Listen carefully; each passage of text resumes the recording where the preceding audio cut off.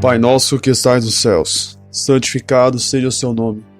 Venha a nós o seu reino, seja feita a sua vontade, assim na terra como no céu.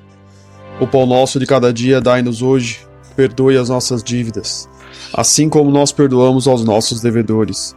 E não nos deixes cair em tentação, mas livrai-nos do mal, porque teu é o reino, poder e a glória para sempre. Amém. Soberano Deus eterno Pai, Senhor amado, neste momento, eu venho, Senhor amado, em primeiro lugar, pedir perdão de todos os meus pecados, pensamentos e obras. Em segundo lugar, Pai amado, eu venho estar pedindo ao Senhor e agradecendo ao Senhor.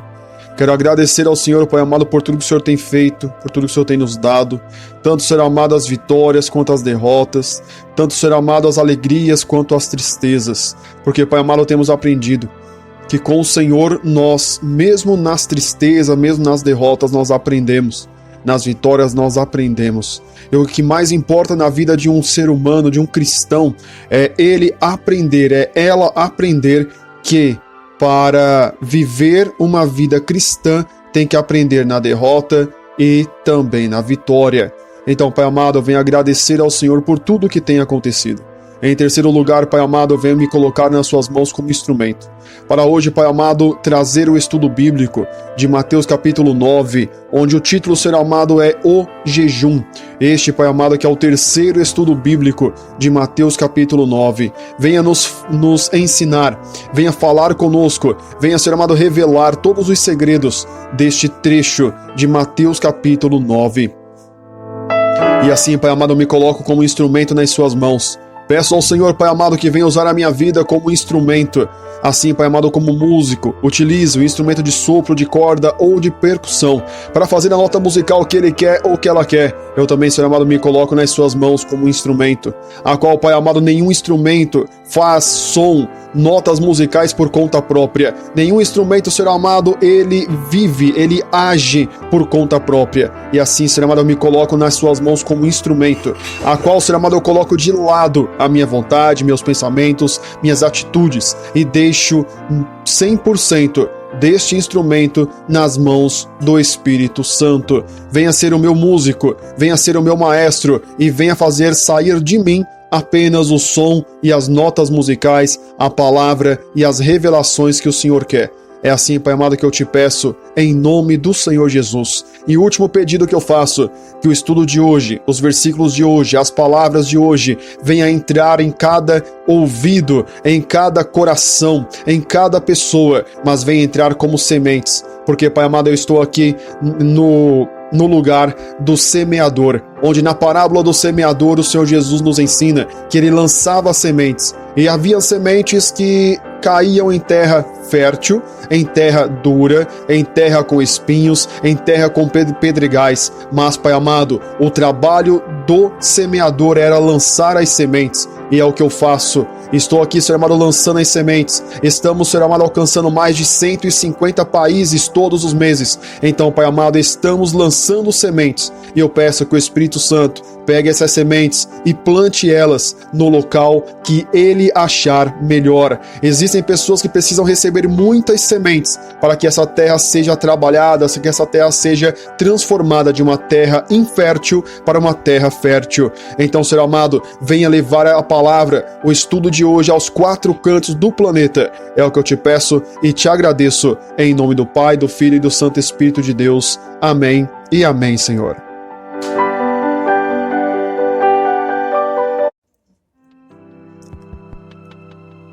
Mateus capítulo de número 9, o título, do estudo de hoje diz O Jejum.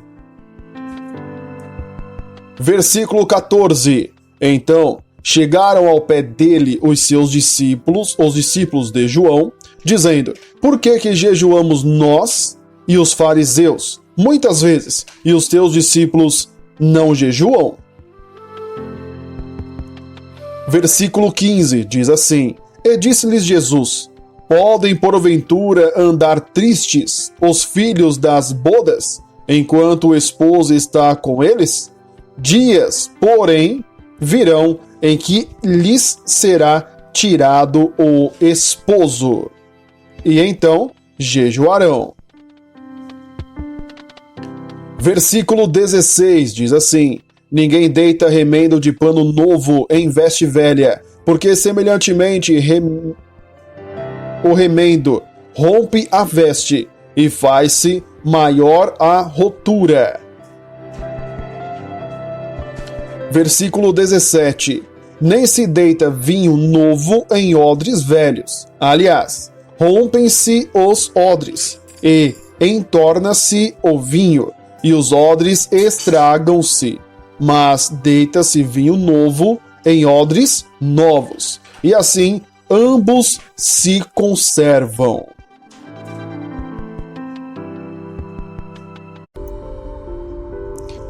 E assim, meu querido, minha querida, que Deus te abençoe grandemente. Acabamos de ler todos os versículos, onde vamos estudar hoje Mateus capítulo 9, o jejum. Este é o terceiro estudo bíblico dos 6 estudos que foram feitos. Só de Mateus capítulo 9 foram feitos 6 estudos bíblicos, do primeiro ao último trecho de Mateus capítulo 9. Como eu disse e repito, este é o terceiro.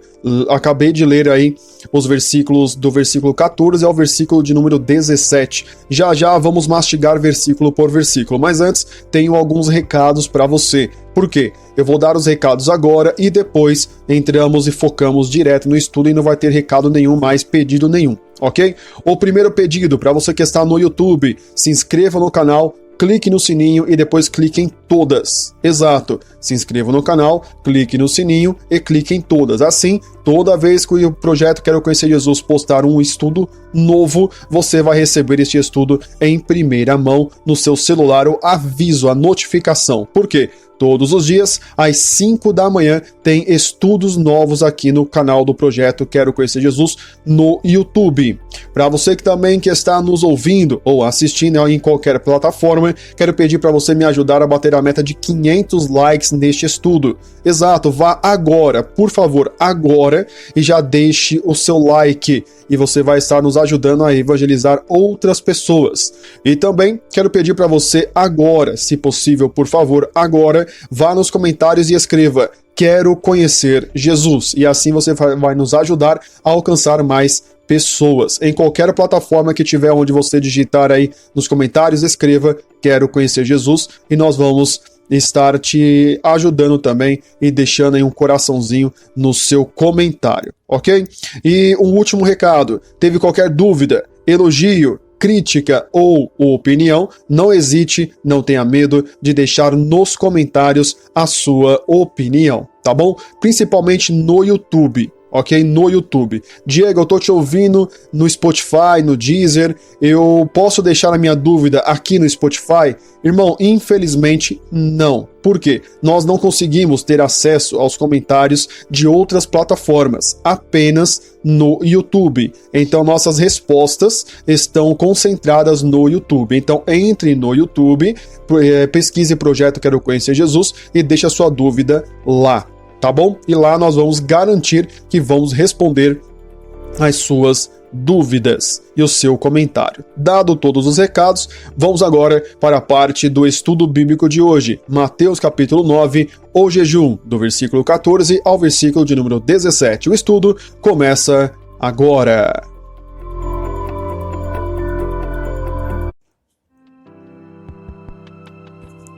Mateus capítulo de número 9, versículo, o título, diz assim, o jejum.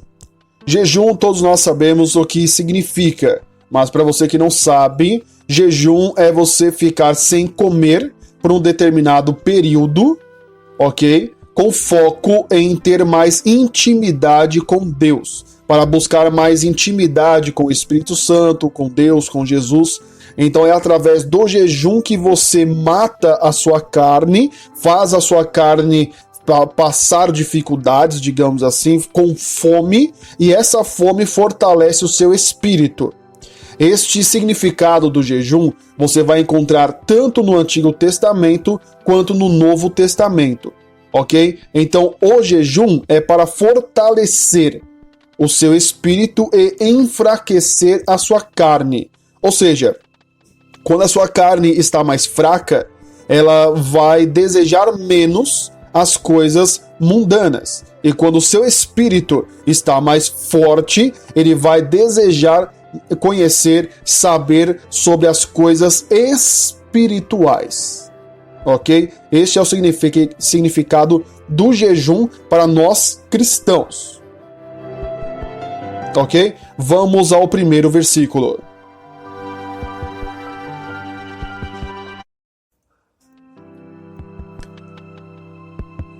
Mateus capítulo de número 9, versículo 14, diz assim: Então chegaram ao pé dele os discípulos de João, dizendo: Por que jejuamos nós e os fariseus muitas vezes, e os teus discípulos não jejuam? Vamos lá, a primeira parte do versículo diz: Então chegaram ao pé dele os discípulos de João. Lembrando que essa frase, né, chegaram ao pé dele, nem sempre quer dizer que as pessoas chegavam até Jesus ajoelhando, beijando os pés dele e adorando ele. Nem sempre, ok? O principal significado de chegar aos pés significa se aproximar. Ou seja, os discípulos de João chegaram até Jesus para conversar com ele, para perguntar algo. É o que essa primeira parte do versículo significa. A segunda parte diz: Por que jejuamos nós e os fariseus muitas vezes e os teus discípulos não jejuam? Ou seja, o final do versículo 14 nós percebemos que os discípulos de João denunciam, ou seja, avisa, nos diz, né, e também falam para Jesus que os discípulos de João, no caso de João Batista, certo? Porque João, o outro João, que é o discípulo de Jesus, ele ainda não tinha discípulos, ok? Então este João é deduzido, ou ensinado, ou entendido, que são os discípulos de João Batista. Ô Diego, mas como é que você pode confirmar isso? No livro de Mateus não tem como confirmar que esses homens eram discípulos de João Batista. Porque a Bíblia diz apenas discípulos de João. E naquela época existia muitos homens com este nome. Mas como o único João que é citado no livro de Mateus é João Batista e o João discípulo de Jesus, a qual o discípulo de Jesus não colocamos na conta porque eu já disse, né? Ele era discípulo de Jesus. Então o outro João que é citado no livro de Mateus é o João Batista. Então é deduzido que esses homens, discípulos de João, eram os discípulos de João Batista, que nessa época estava preso, ok? Vamos lá. Então, os discípulos de João chegam até Jesus e falam assim: olha, nós, discípulos de João, jejuamos. Os fariseus e os discípulos deles também jejuam muitas vezes. E os teus discípulos não jejuam. Então, nesse versículo 14, nós aprendemos que os discípulos de Jesus não jejuavam, não tinham o costume do jejum. Por quê? Vamos ao próximo versículo que eu te explico.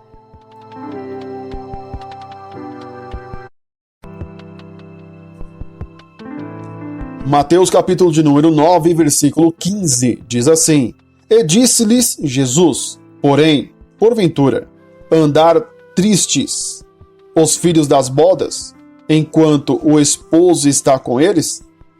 Dias, porém, virão em que lhes será tirado o esposo. Vamos lá. O primeiro trecho do versículo 15 diz assim: E disse Jesus, ou seja, Jesus respondendo para os discípulos de João: Podem porventura andar tristes os filhos das bodas? Vamos lá. O que são filhos da... O que é boda, na verdade, né? O que são bodas? Bodas, digamos assim, que é festa. Naquela época era considerada a palavra bodas como uma palavra de festa. Significava festa, significava confraternização, não só de casamento, certo? Não só de casamento. Muita gente fala assim, boda, porque nos dias de hoje, para nós, bodas significa comemoração de casamento, certo? Então tem lá com 1 ano, 2 anos, 10 anos, 20 anos, acho que 50 anos, né, de casamento, bodas de ouro, boda de prata, boda de diamante, sei lá. Né, eu não conheço muito sobre bodas, né, nos nossos dias aqui não. Mas tem muita gente que confunde. né, achando que então bodas é só casamento. Não. Bodas é comemoração. Bodas é festa. Então Jesus fala assim, né? Podem porventura andar tristes os filhos das bodas?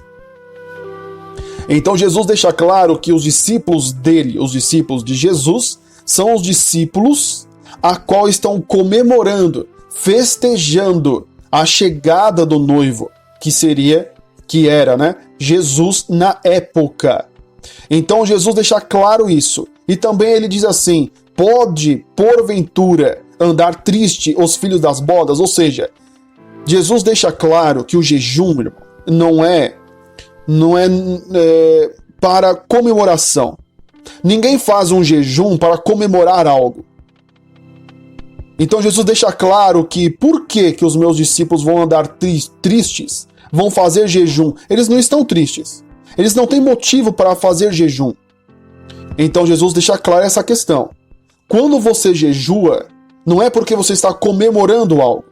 Tem gente que fala assim: eu vou fazer um jejum de agradecimento. Jejum não é para isso, irmão. Eu vou fazer um sacrifício, vou ficar aqui 12 horas sem comer em agradecimento pela porta de emprego, pela cura alcançada. Jejum cristão, ou jejum até mesmo do Antigo Testamento, né, para os judeus, não é para comemoração. Não é para isso.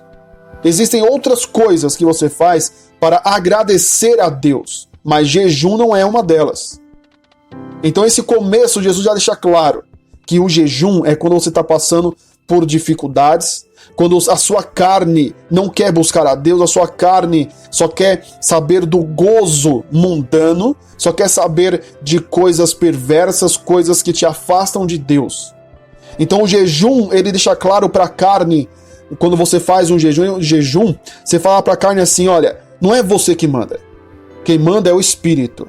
E o Espírito quer ter mais intimidade com o mundo espiritual. Tendo mais intimidade com o mundo espiritual, você vai ser mais forte. Você vai ser mais resistente.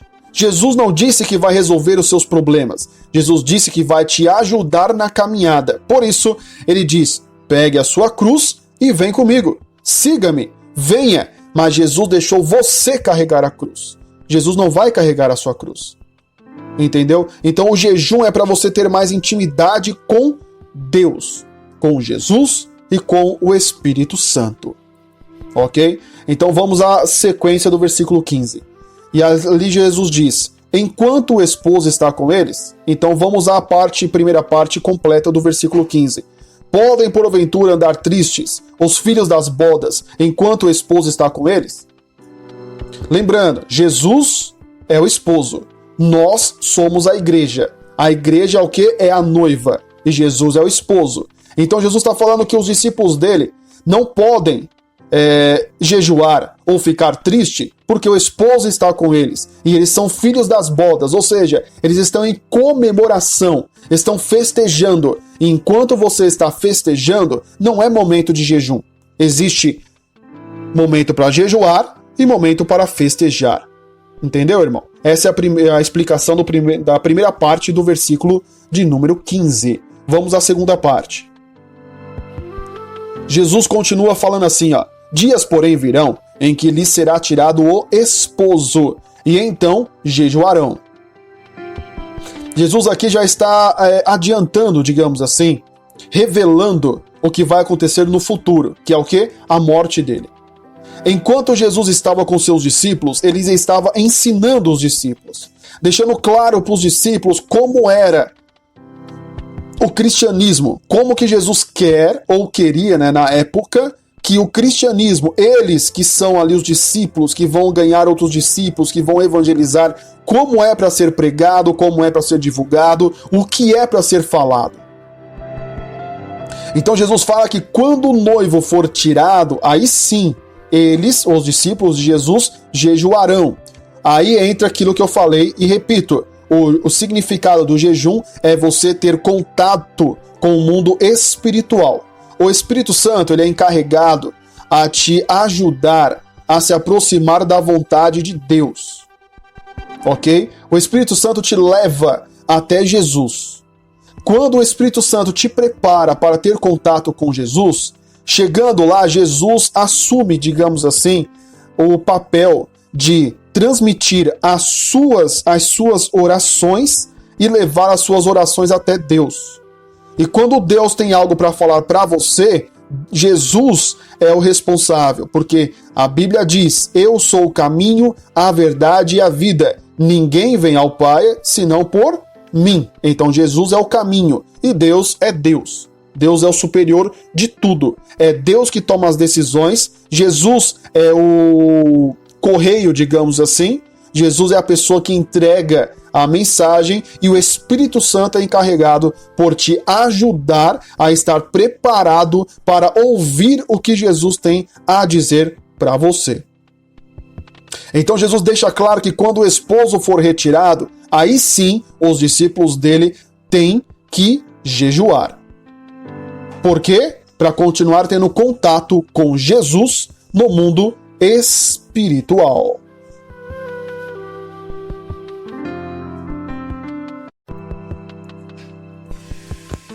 Vamos então ao versículo de número 16. Mateus, capítulo de número 9, versículo 16, diz assim: ninguém deita remendo de pano novo em veste velha, porque semelhante remendo rompe a veste e faz-se maior a rotura.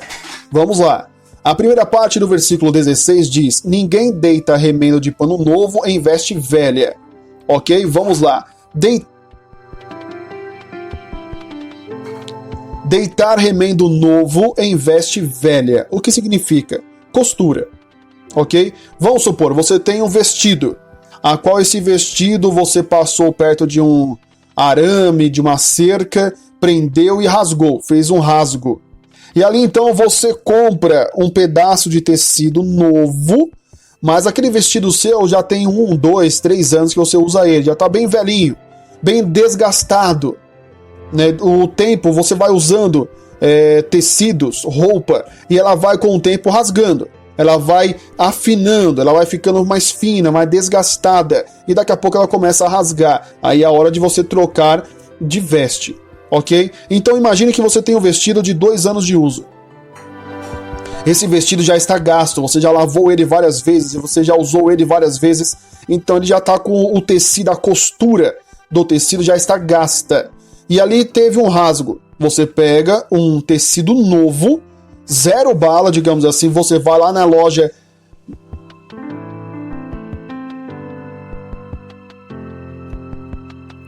E você vai lá na loja de costuras, compra um pedaço de tecido para remendar este rasgo que fez no seu vestido. Vamos lá. Você chega lá e costurou, pegou esse pedaço de tecido, costurou no seu vestido novo e aparentemente resolveu o problema. Olha, ficou legal o remendo, ficou bonito, não ficou rasgado, ficou bom, muito bom, ok. Aí você usa aquele vestido, no momento que você costurou ele não vai rasgar. Mas imagine que você novamente está vestindo com o seu vestido e você está caminhando e novamente o seu vestido ele enrosca em um arame, em uma cerca, em algo, né? Ali em um prego e parede e próximo do remendo que você fez. O que vai acontecer? Você vai perceber que o remendo que você fez ele não vai rasgar, porque ele é um tecido novo. Agora, a costura que você fez para aquele remendo ficar preso no vestido, existe 99% de chance dessa puxada que a cerca deu no seu vestido, dele rasgar completamente o remendo que você fez. Por quê? A costura que você usou, ele já vai furar o vestido. O tecido que já está gasto, usado. E quando ele é flexionado ou puxado, ele rasga completamente. Então imagine que você fez um rasguinho simples. Você colocou um tecido, costurou. Nessa segunda vez que você enroscou o seu vestido, ele vai rasgar em todo o remendo. E a costura, o buraco que tinha no vestido ficou ainda maior. Então o que significa é isso. Jesus está falando: ninguém deita remendo de pano novo em veste velha, porque, semelhantemente, remendo rompe a veste e faz-se maior a rotura. Rotura quer dizer o quê? Rasgo. Ok? Então, o rasgo vai ser maior.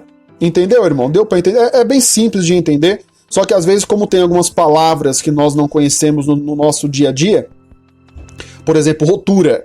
Não é todo mundo que entende rotura como rasgo. Você passou ali na cerca e rasgou a sua veste. Rotura é só isso, mas como não é uma palavra muito usada, muitos não entendem. Ok? Então, nesse versículo 16 também tem outra curiosidade que muitas pessoas têm dúvidas. Porque o versículo dá a entender que só porque você costurou um pano, um tecido novo, um remendo novo, em um vestido velho, que só porque você fez isso ele vai rasgar. Não, não é isso. Vai rasgar quando você for utilizar de novo aquela veste. Você pode até costurar e vai dar certo. A costureira vai fazer, o remendo vai ficar bom. Só que se acontecer de enroscar o vestido em alguma outra situação, aquele ponto da costura vai rasgar e vai ficar ainda maior o rasgo do que da última vez. Entendeu? É isso que o versículo 16 está nos ensinando.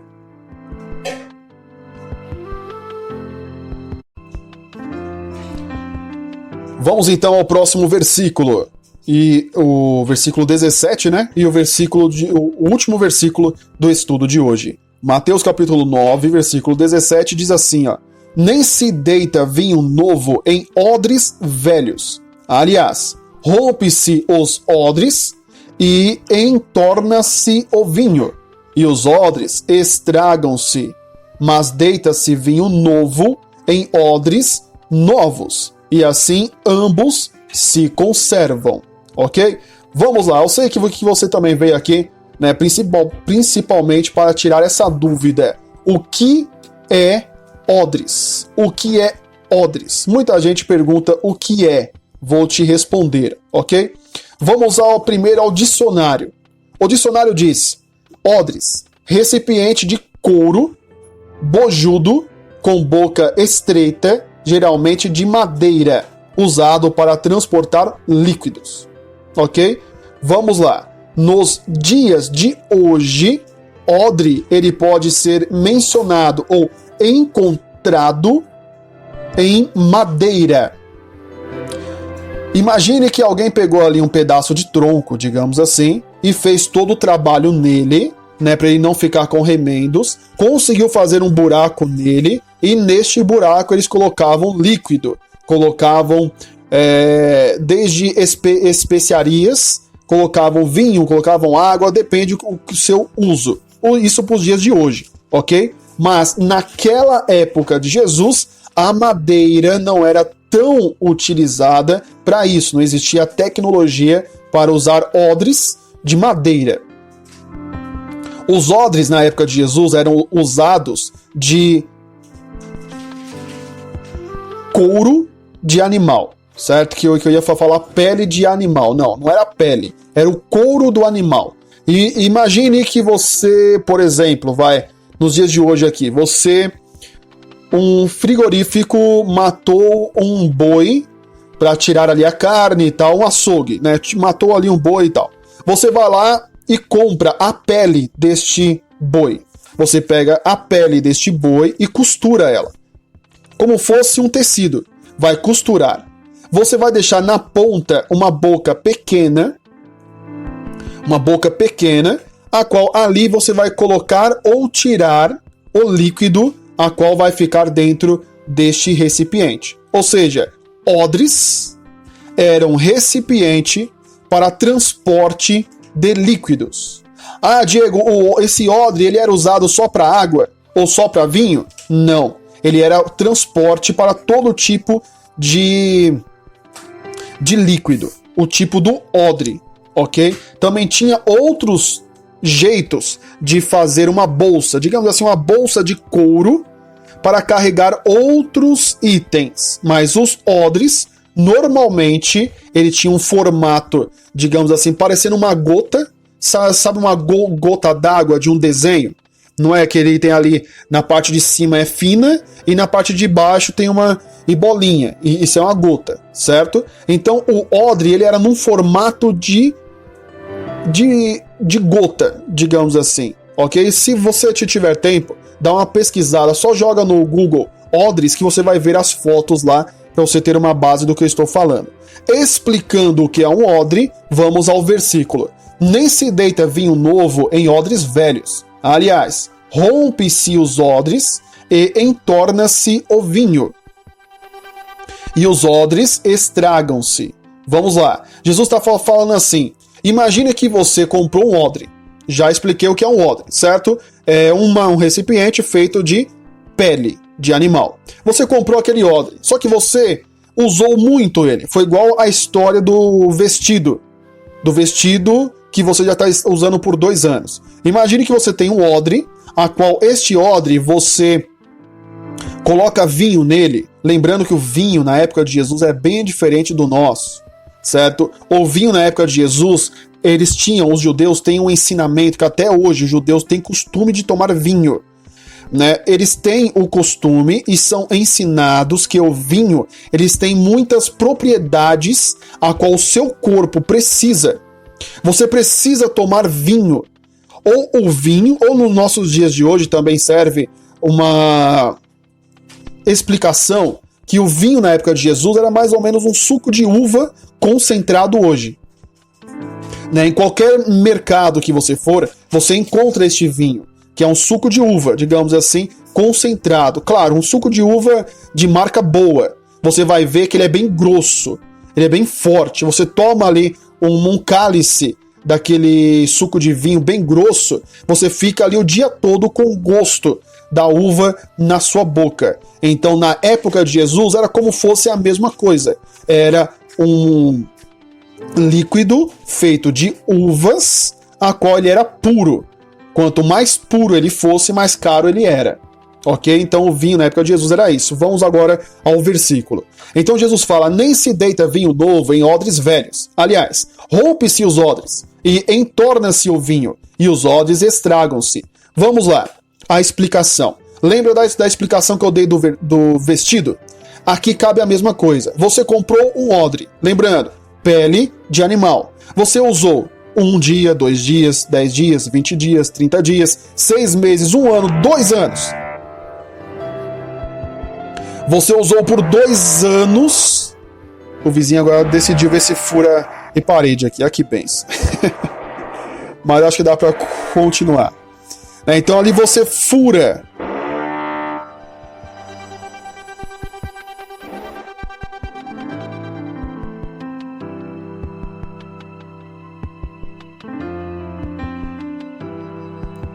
Então ali, vamos lá, né? Vai com a furadeira mesmo, né? O vizinho aqui decidiu de furar e parede aqui, sei lá o que. Mas vamos lá. Então, imagine lá, você comprou esse odre e você usou ele por 5 meses, 1 ano, 2 anos. E ali, então, após você utilizar este odre, ele vai ficando velho, ok? Lembrando que é pele costurada. Então, quanto mais você usa, mais velho ele vai ficar. E mais risco de furar, risco de descosturar, risco de rasgar, este odre vai ter. Ok? Então, pensa comigo essa explicação do versículo. Então Jesus fala, odres velhos e vinho novo. Você tem o odre, você coloca líquido nele. E quanto mais líquido você coloca nesse odre, mais ele pesa. E quanto mais velho ele está e mais peso carrega, mais risco de furar ele vai ter. Entendeu? Então, se você tiver o risco de um odre, ou seja, um recipiente velho, carregando peso, ele pode rasgar e derramar o vinho. E você vai desperdiçar, digamos assim, a água, o vinho, o líquido que você está carregando. Ok? Então, esse é o significado da primeira parte do versículo. A segunda parte do versículo 17 diz assim, ó, mas deita-se vinho novo em odres novos, e assim ambos se conservam. Ok? Então Jesus falou na primeira parte que você não coloca vinho novo em odres velhos, porque você pode rasgar o odre. Quer dizer que é o vinho que vai rasgar o odre? Não. O que quer dizer é o peso do vinho, do líquido, do vinho novo. Vinho novo também significa um vinho que você colocou no recipiente. Vamos supor, você tomou todo aquele vinho que tinha, colocou outro. Esse é um vinho novo que você colocou no odre, ok? Então, se você colocar um vinho novo, um peso, no odre velho, tem risco dele rasgar. Mas se deitar o vinho novo em odres novos, e Jesus fala no final do versículo 17, e assim ambos se conservam, ou seja, ambos vão se conservar. Nem o odre vai rasgar e nem o vinho vai ser desperdiçado. Jesus também diz, entorna-se o vinho. Entornar-se significa o quê? Estragar, derramar, jogar fora, ou também quando você azeda. Imagine você pegar leite e colocar num recipiente sujo. Com pouco tempo esse leite vai azedar, vai estragar. Entendeu? Então o versículo, ou a explicação do versículo 17 é exatamente isso. Odres é um recipiente para carregar líquido. Vinho, nós sabemos o que é. É o vinho que rasga o odre? Não. O que rasga é o peso do vinho no odre velho, que ele pode descosturar, rasgar e derramar o vinho. Entendeu? Este aí é o entendimento do versículo 17.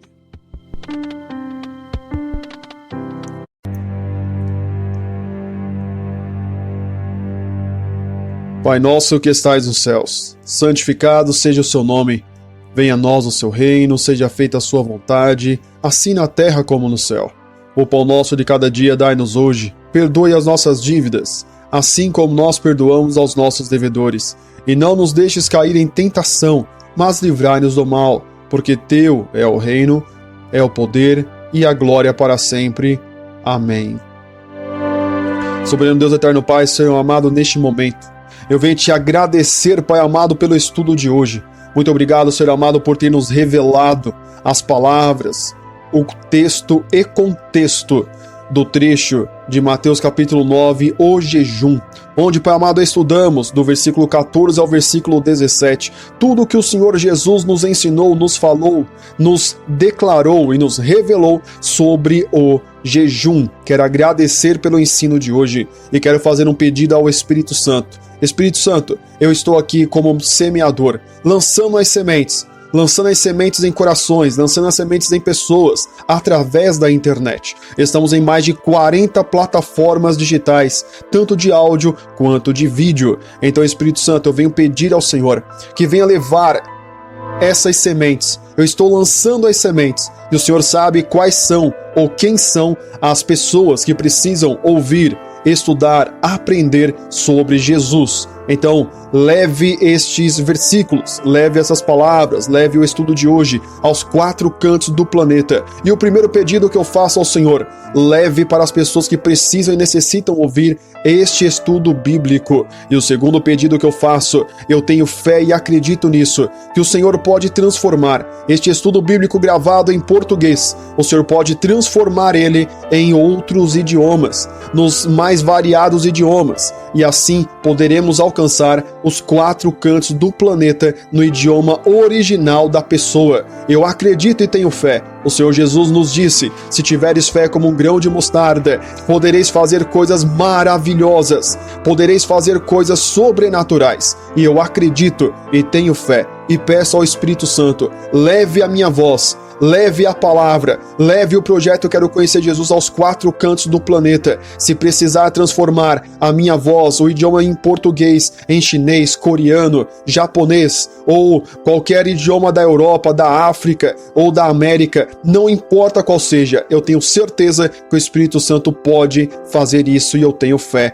Coloco a minha fé em prática e peço ao Espírito Santo, faça isso, porque o Senhor Jesus nos disse que poderemos e podemos fazer isso em nome de Jesus.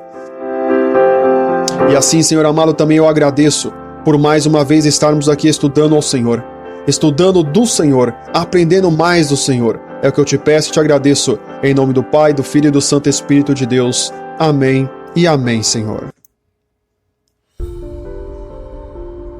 E assim, meu irmão, minha irmã, você que está ouvindo só esse trechinho da oração, né? Para você que não sabe, nós temos o projeto Quero Conhecer Jesus, e um braço do projeto Quero Conhecer Jesus é o projeto Explicando Versículos, onde o Explicando Versículos temos tanto o canal no YouTube, quanto também em várias outras redes sociais, tem este perfil onde nós disponibilizamos a explicação de versículo por versículo, e também lá temos oração e palavra. Então, se você está ouvindo apenas o trechinho da oração, essa oração faz parte ali de Mateus capítulo 9, do estudo de Mateus capítulo 9, o jejum. Quer fazer o estudo completo? Vá no YouTube e pesquise Projeto Quero Conhecer Jesus e conheça o nosso canal de estudos bíblicos, ok? Quero pedir para você deixar o seu like, me ajude a bater a meta de 500 likes neste estudo, e também deixe nos comentários a sua dúvida, elogio, críticas ou opinião.